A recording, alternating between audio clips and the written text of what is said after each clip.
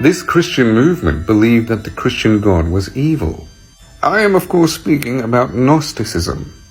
Now, Gnosticism refers to a range of different ideas that emerged around the first few centuries of Christianity.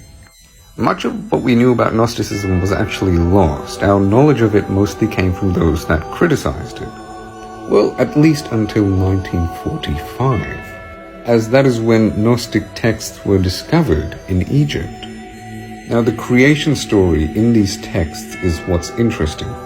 Now, I'm basically going to be presenting a very brief summary of a summary by the scholar known as David Brackey. So Gnostics believed that reality was originally just a single supreme God, so complex that our human minds wouldn't be able to comprehend it.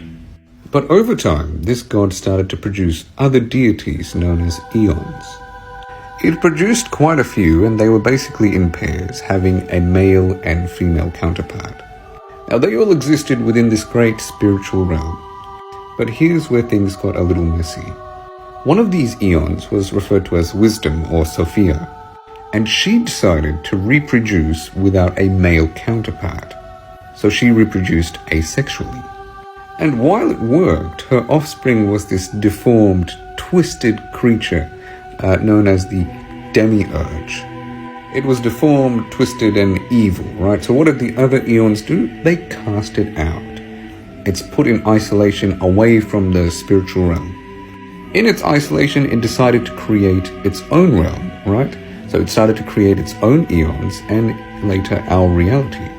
But it convinced its creations that it was the supreme God. There was nothing beyond him, forcing its creations to worship it. But because it's so imperfect, its creations are imperfect, which is why our world is full of suffering and pain, according to the Gnostics. And according to the Gnostics, the demiurge is the God of the Old Testament. So the goal of the Gnostics, at least those that believed in this creation myth, was to realize the reality of our existence. Of course, Christians didn't really like this whole conspiracy theory about them, so that's why Gnostic texts are so rare. They were burnt, destroyed throughout history. Now, this is a very brief summary. There's a lot more to it, but perhaps I'll make more videos about it soon.